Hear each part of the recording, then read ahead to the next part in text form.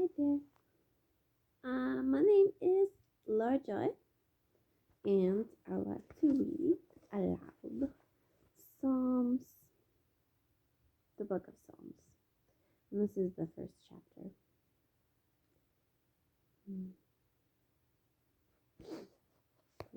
I really like this book. It's about King David, or it's the words that he wrote. And he lived in ancient Israel. And pouring out of his book. Blessed is the man that walketh not in the counsel of the ungodly, nor standeth in the way of sinners, nor sitteth in the seat of the scornful. But his delight is in the law of the Lord, and in his law doth he meditate day and night. And he shall be like a tree planted by the rivers of water, that bringeth forth his fruit in his season. His leaf also shall not wither, and whatsoever he doeth shall prosper. The ungodly are not so, but are like the chaff which the wind driveth away. Therefore the ungodly shall not stand in the judgment, nor sinners in the congregation of the righteous. For the Lord knoweth the way of the righteous, but the way of the ungodly shall perish. Then, chapter 2. Why do the heathen rage, and the people imagine a vain thing? The kings of the earth shall set themselves, and the rulers take counsel together against the Lord and against his anointed, saying, Let us break their bands asunder, and cast away their cords from us. And he that sitteth in the heavens shall laugh, the Lord shall have them in his derision. Not desertion, derision. Then shall he speak unto them in his wrath, and vex them in his sore displeasure. Yet have I set my king upon the holy hill of Zion. I will declare the decree. The Lord hath said unto me, Thou art my son. This day I have begotten. Ask of me, and I shall give thee the heathen for thine inheritance, and the uttermost parts of the earth for thine possession. Thou shalt break them with a rod of iron. Thou shalt dash them in pieces like a potter's vessel. Be wise now, therefore, O ye kings, be instructed, ye judges of the earth. Serve the Lord with fear, and rejoice with trembling. Kiss the floor, kiss the sun, lest he be angry. Ye perish from the way, when his wrath is kindled but a little. Blessed are they that put their trust in him. That's the first psalm that he wrote.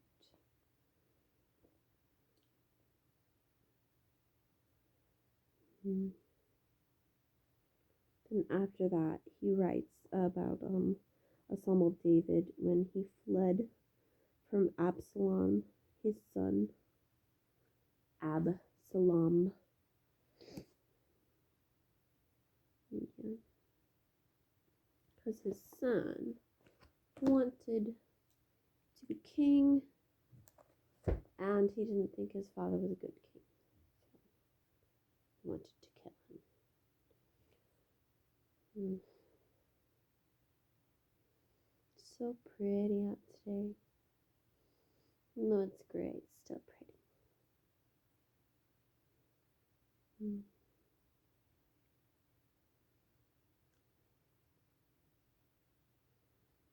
I wonder what he was talking about when I think um, it was God speaking through him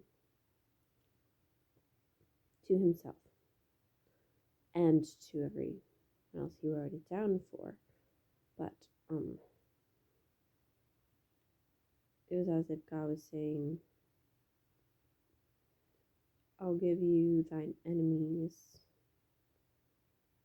for your possession, which is a bit odd because you don't really want to possess other people, but like if you don't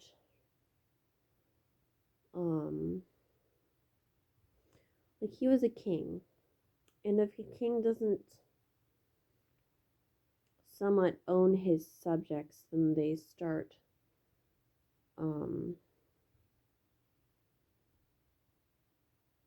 going against him and stuff. You know, when you tell yourself you own something, some people take care of that thing more. Some people, when they own something, they take care of it less because they think that's how they treat everything in life and they should not change that. But a good man will, with what he owns, he will take care of it more. Because he's like, that is mine. And I want that as good as it can be, you know.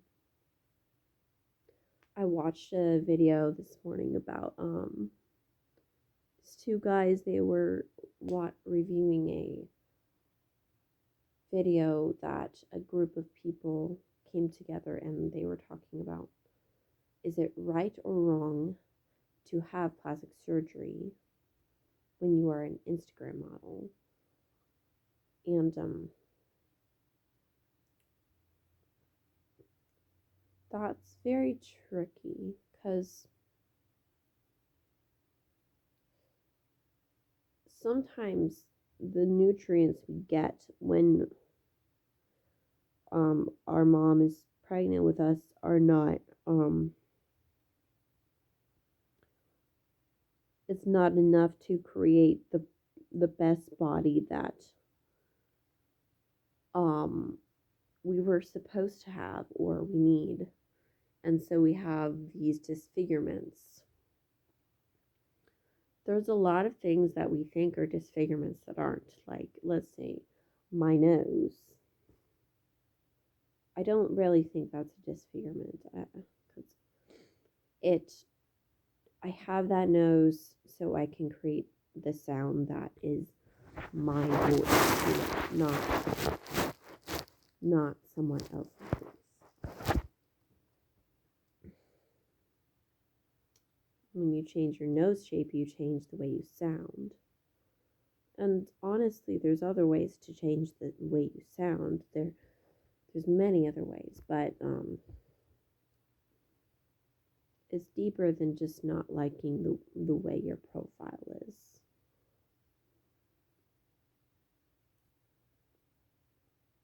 Like, honestly, I do struggle, or I did struggle a little bit with what I look like, especially from the side. But the problem is my whole body, and I don't, there's no way I'm changing my entire body. I mean, yeah, there's like, you could be a superhero and completely turn into metal and stuff, but then my body can't make the right blood for itself anymore because you need bones to do that. And you need the bones that you're born with to do that properly.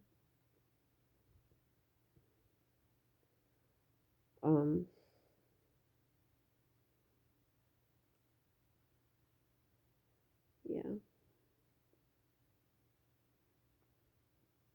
But people crave to have influence, and or they say influence, but sometimes it's they crave to have power over someone else. When I say they, I'm talking kind of about myself because honestly, I've had to face these things in myself that are. I've had to filter out what is good about the way I think and what is not good. Because I think of many things that are not. I don't want anyone. I want it coming out of my mouth. I don't want anyone knowing that I thought that because I myself think it is stupid and should never be said, you know. Um, but like when you feel like everyone's rejected you, you want to have a sense of power over other people. And that doing that because you're upset is not good. It's not going to get you what you want. You need the only reason to have power and influence is so that you can get to where you need to go. And honestly, you can't really decide for someone else where they're going to end up. If you do, they're going to hate you and they're going to regret it and they're going to know that they're missing something. If you care about them, you'll let them make their own decisions. And they need to do that, even if they're young. They need to be able to decide, will this put me in danger or will it not? Because you aren't them, you don't know the level of danger they can take. And like, okay, would you try to have that sort of power over someone who's older than you, more experienced in a certain subject, and doesn't live with you? You know, why would you have it over someone who is still a completely different person than you are?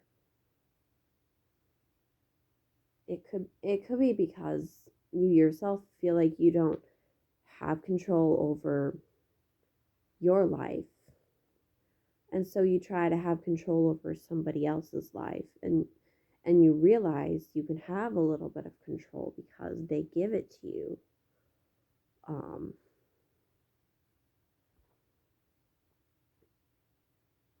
They, I've got to realize that that isn't good, you know.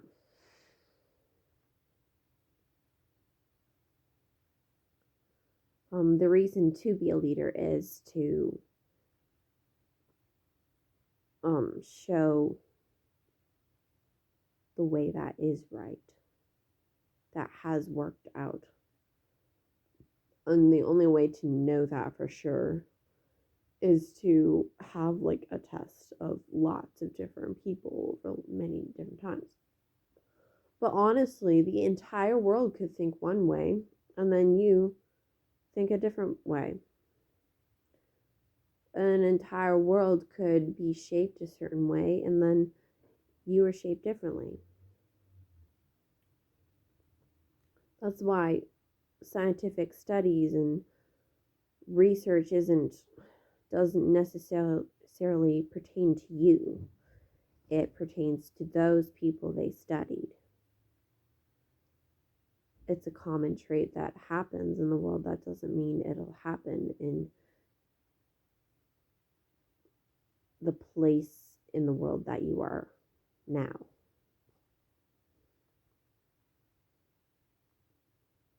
And also, it was in the past, it's not in the present.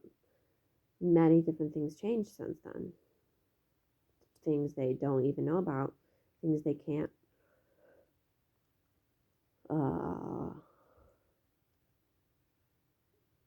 predict. Yeah.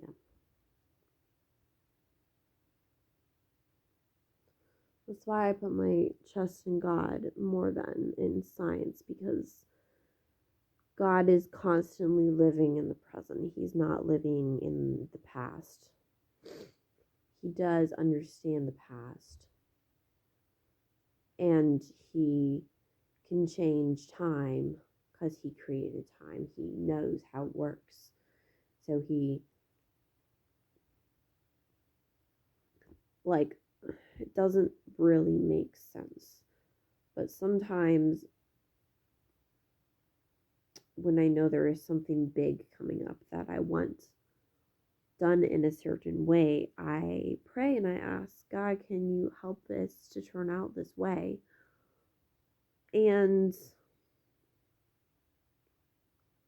some usually he just comes up with something even better, something that I didn't think about, something that's better for my well-being and the other person's, because it helps me understand them more than what I thought I was understanding them how. That's weird grammar. But in order for that thing to happen, something in the past had to be different than what I thought it was, and everyone thought it was, you know. So it's almost as if he changed the past in order for the future to be the way it is. I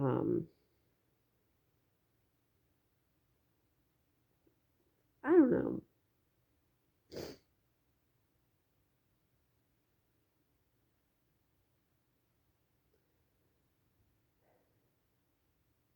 Honestly, everyone would think that's just stupid, but I'm just telling you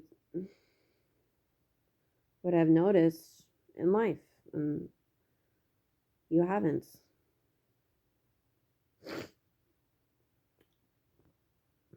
I don't know. I need to not get mad at people.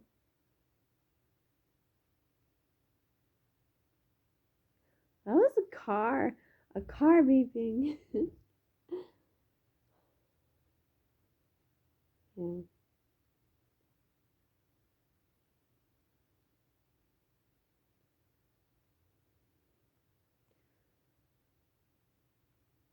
There's so many things I'd like to talk about, but yeah.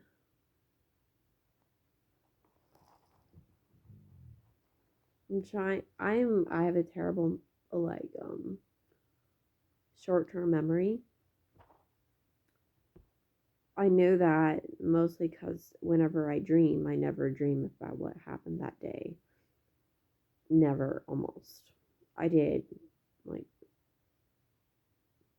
um, at least twice in my lifetime.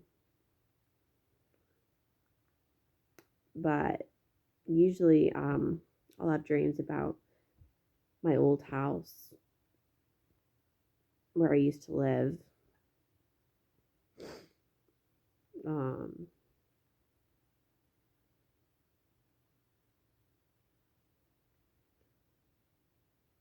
I dream about me being younger than I actually am right now. Like, I'm as young as I was back then. Something new is happening, you know. Weird.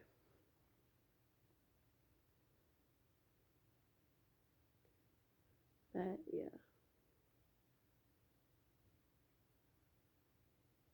That's why I went to this thing where it's kind of like schoolwork, but it's you're catching up on schoolwork and you're not in school, but it's as if you are in school, but it's with a tutor, so it's one-on-one. And they were like, oh, there's this thing called comprehension. They didn't say it that nicely. They just put it in front of me and expected me to know what to do. Uh, but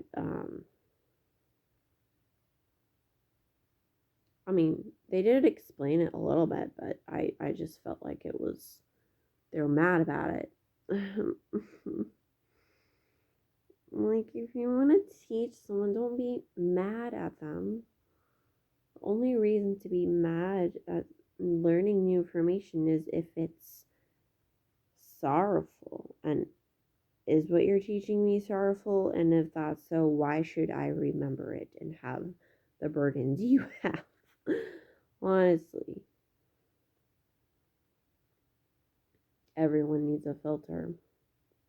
Not, not everyone does. But like, you read a sentence and then you answer a question about the sentence that they said in the sentence. And usually it's something very specific that wasn't obvious that you were supposed to remember that thing about it. Sometimes it is, and I still don't remember. But honestly, if I don't know I'm supposed to be remembering that, I won't remember it because I'm thinking I'm going to remember what pertains to me and what I need to remember. Like, I'm not you. How am I supposed to know that was important?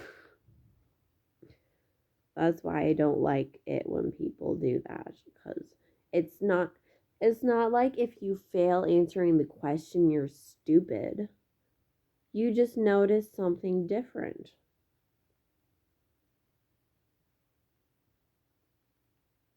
Why do you have to make someone feel like they are stupid for answering it in a different way? Why? Honestly, from what I've learned of history, that never worked out well.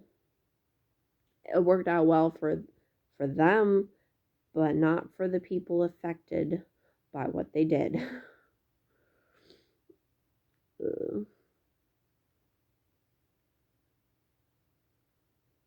Just I learn in a different way. Everybody learns in a different way. And you have to understand how that person learns and not try to mold them into the way you learned.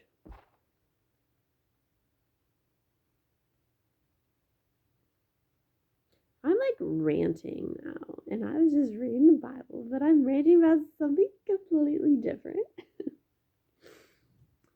Should probably read a little bit again. Yeah, okay, so like what I was just saying, it was not in the Bible. Okay, it's not in the Bible. The verse from Psalms is in the Bible. Yeah.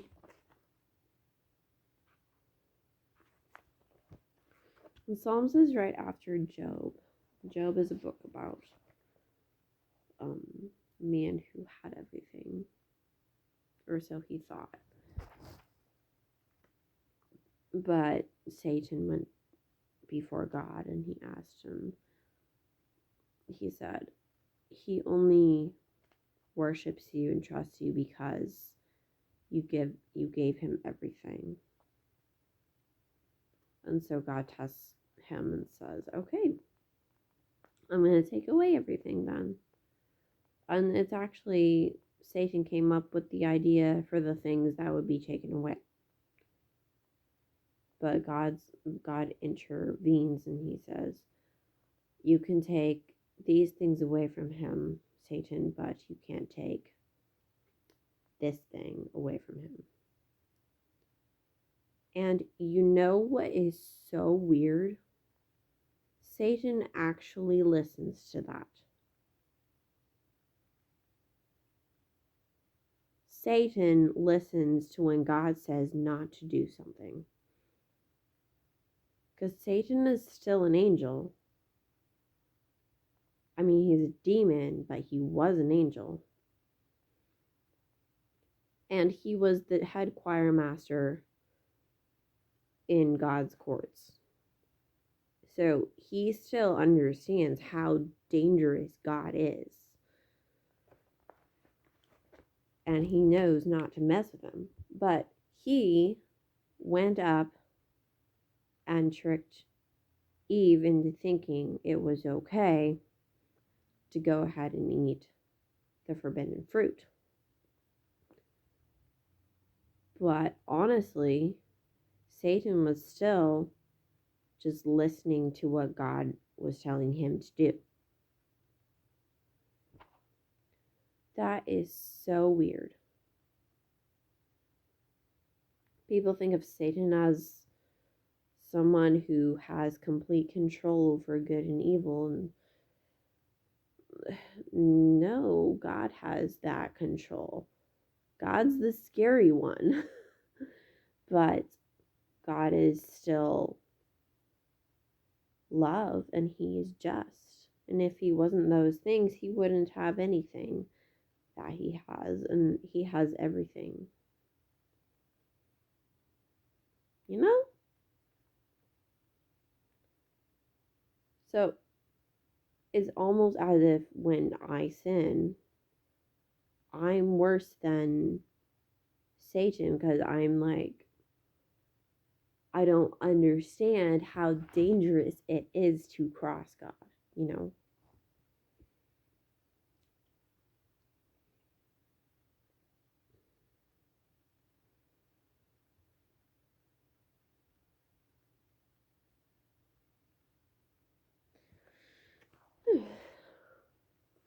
Mm-hmm.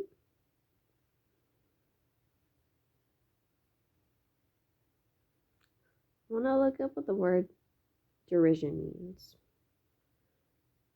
It's like, I would think it would mean it derives from somewhere, but it says the Lord shall have them in derision.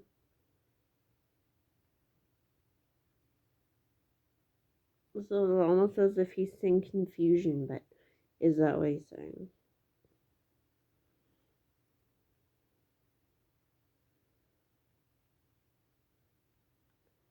Okay, this is a recurring theme in the book of Psalms. The hill Zion. I want to know if the hill of Zion is the hill Jesus was crucified on, or if Zion is the place he'll return, or where is Zion and why does it make David so sad? That's what I want to know.